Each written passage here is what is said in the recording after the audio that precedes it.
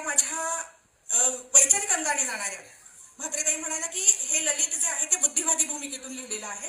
तर होय, मी विवेकवादी चळवळीतली कार्यकर्ती आहे, मी विज्ञानवादी आहे. मला बुद्धिप्रामाण्यवादी भूमिका घेऊन लिहायला बोलायला आवडतं.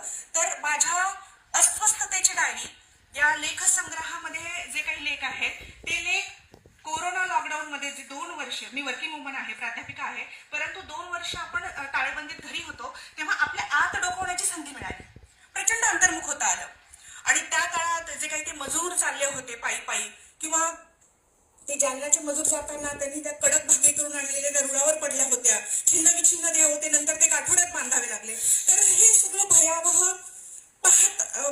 माध्यमातून पाहताना ऐकताना आतमध्ये काहीतरी हलत होतं. आणि मला वाटतं आपण सगळे आपल्याला आणि आपल्याबरोबर इतरांना माणूस म्हणून घेतो, परंतु माणूस म्हणजे काय, तर माणूस म्हणजे ज्याच्यात हळवेपण आहे, संवेदनशीलता आहे आणि तो भवताल बघून अस्वस्थ होतो, तो माणूस.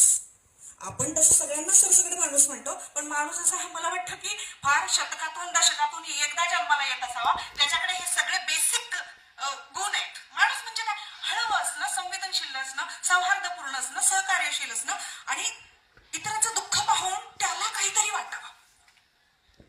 तसं हे किती प्रमाणात वाटतं मी म्हणत नाही माझ्याकडे सगळं असेल, परंतु तो धागा पकडून त्या वाटेवर चालण्याचा मी प्रयत्न केला आणि अस्वस्थतेच्या डायरीमध्ये तेच लिहिलेलं आहे. माझं जे परिचय करून देताना ताई म्हणाल्या, होय मी महिला सबलीकरणावर काम करते, युवा जनजागृतीवर काम करते, और ते बहुत